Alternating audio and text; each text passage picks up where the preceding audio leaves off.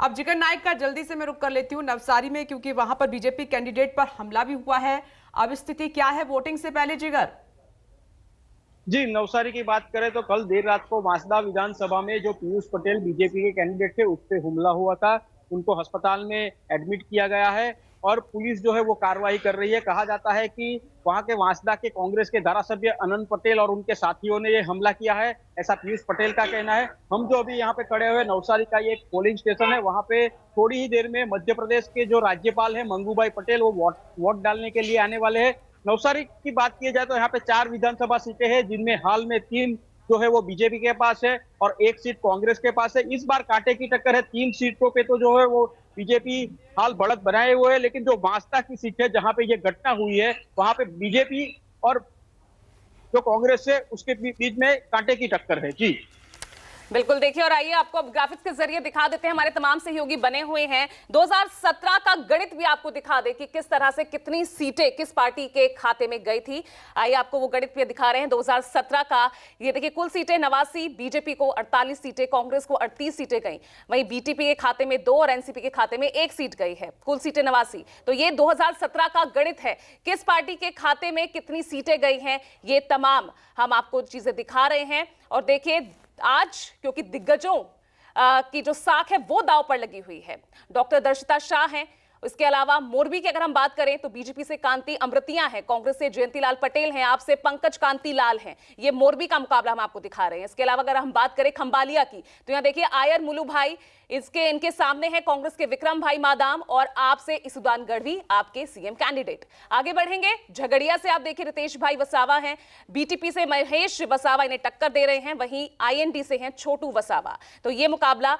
अब जामनगर नॉर्थ की बात करें, रिवाबा जडेजा बीजेपी से रविंद्र जडेजा की पत्नी, मुकाबला और दिलचस्प हो रहा है। कांग्रेस से भी आप देख रहे हैं यहाँ किस तरह से आमने सामने की टक्कर। वरच्छा से बात करें, किशोर भाई कानाड़ी हैं, प्रफुल्ल भाई तोगड़िया कांग्रेस से और आपसे हैं अल्पेश काठीरिया।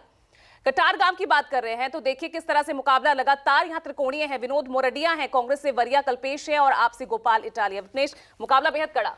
बिल्कुल, ये तो दिग्गज रहे। और दूसरा, जैसे कि मेरी सहयोगी पूजा ने आपको पढ़कर बताया, 2017 के नतीजे बेहद दिलचस्प रहे। बीजेपी और कांग्रेस के बीच में मात्र पहले चरण में 10 सीटों का फर्क था, बीजेपी 48 और कांग्रेस 38। इसलिए मुकाबला बेहद रोचक और बहुत क्लोज फाइट का रहा बीजेपी और कांग्रेस। इस बार देखते हैं क्या होता है। एक बार फिर से मैं संजीव आपके पास आ रही हूं। संजीव, ज्यादा वक्त नहीं है, 7:43 हो गए हैं, 8 बजे वोटिंग का सिलसिला शुरू होगा। मुझे लगता है उससे पहले आप वोटर्स का मूड भांपने की कोशिश कर रहे हैं। मुद्दे क्या हैं उनके जहन में इस बार?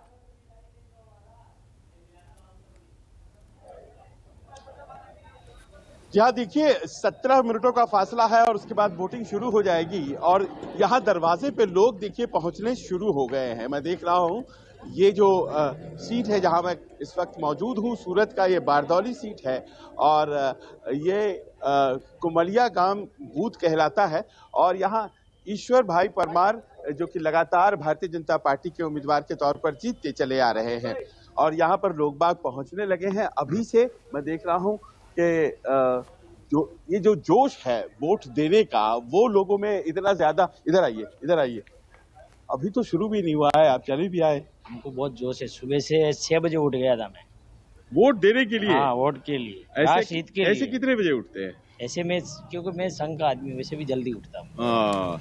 तो संघ वालों को क्या कह दिया गया है? सब लोग जल्दी पहुंच जाइए। सबको पहुँचना है, पहले राष्ट्रहित में मतदान करना, फिर मतदान करवाना है। अच्छा, हाँ जी। तो घर वालों को भी सबको तैयार कर दिया? सब रेडी हो जाएंगे। सब रेडी हो जाएंगे, सब 8 बजे तक यहाँ चले सब आ जाएंगे। हाँ जी, आप तो तैयार है ही और सब लोग 4:30 बजे से तैयार होकर बैठा हूँ। बस अब यहाँ 6 बजे आ गया मैं से 6:30 बजे आप आ गए सर। बस जब खुले इतनी टाइम है उसके लिए तैयार एकदम। 6 बजे आ गया था। 6 बजे आ गए थे। अब देखिए आप, ये 6 बजे से लोग यहाँ पर तैनात हैं और ये वोटर भी है, कार्यकर्ता भी है, तो जाहिर है कि इनके लिए यहाँ पहुँचना बहुत जरूरी है। पर मैं मार्क कर रहा हूँ एक बात, ये सीट भारतीय जनता पार्टी ने पिछले 2 बार से जीती है और जितने लोग अभी तक मुझे दिखाई पड़े हैं यहाँ सूरत की इस बारदौली सीट पर, भारतीय जनता पार्टी के लोग ज्यादा जोश में इस बूथ पर कम से कम दिखाई पड़ रहे हैं, पहुंच रहे हैं। लेकिन सूरत में आपको हम बताते चले, सूरत में कुछ सीटें ऐसी हैं जिन पर बहुत ही ज्यादा बारीक नजर रहने वाली है। आपने अभी थोड़ी देर पहले गिनाई थी, उस सीट पे सबसे ज्यादा एक सीट है वराछा। वराछा के बारे में कहा जा रहा है कि वहां कांटे की टक्कर आम आदमी पार्टी और भारतीय जनता पार्टी के बीच लड़ाई है। वराछा के साथ साथ कतरगाम सीट, जिसके बारे में भी आपने बताया है, वो सीट कहा यह जा रहा है कि भारतीय जनता पार्टी और आम आदमी पार्टी के बीच की टक्कर है, वहां कांग्रेस तीसरे नंबर पे आएगी, ये सबों का ये कहना है। इसके अलावा मैं 2 और सीट जोड़ना चाहूंगा, करंज और ओलपाड। ये जो 4 सीटें हैं यहाँ पर, कहा यह जा रहा है कि यहाँ पर नतीजे कुछ भी हो सकते हैं।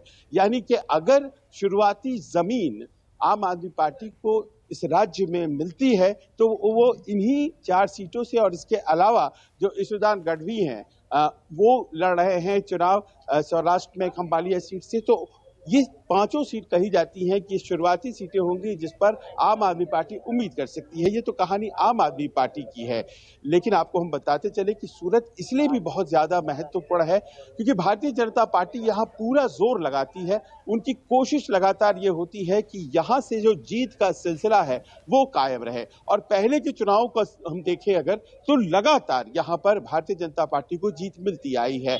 16 सीटें कही जाती हैं सूरत संभाग में आ जाती हैं, और 16 में से 14 सीटें 2012 में मिली थी, और 2017 में तो आंकड़ा बढ़ गया था, 15 सीटें हो गई थी। बावजूद इसके ये कहा यह जा रहा था कि टक्कर बहुत कड़ी है, पाटीदार वोट नाराज हैं। और यहाँ पर जो इलाका है सौराष्ट्र के पास, सौराष्ट्र के वोटर्स यहाँ सूरत में बहुत हैं, तो जो मिजाज और मूड सौराष्ट्र में होता है उसका रिफ्लेक्शन भी यहाँ होता है। तो नाराजगी थी, लेकिन बावजूद इसके भारतीय जनता पार्टी अच्छा करने में कामयाब रही थी। अब देखना है कि इस बार कैसे नतीजे आते हैं। ऐसे में जबकि यहाँ पर संघर्ष तो त्रिकोणीय है, लेकिन कुछ सीटों पर कांग्रेस फाइट में बहुत ज्यादा नहीं, जिस तरह से आम आदमी पार्टी ने अपनी मौजूदगी दर्ज कराई है। बिल्कुल बेहद ही दिलचस्प मुकाबला है और इसीलिए सभी की निगाहें आज इस पहले चरण पर बनी हुई है। संजीव, लगातार हमारे तमाम सहयोगी हमारे साथ बने हुए हैं और मेगा कवरेज आज पहले चरण के चुनाव को लेकर, मतदान को लेकर पल पल की तस्वीर आपको दिखाएंगे।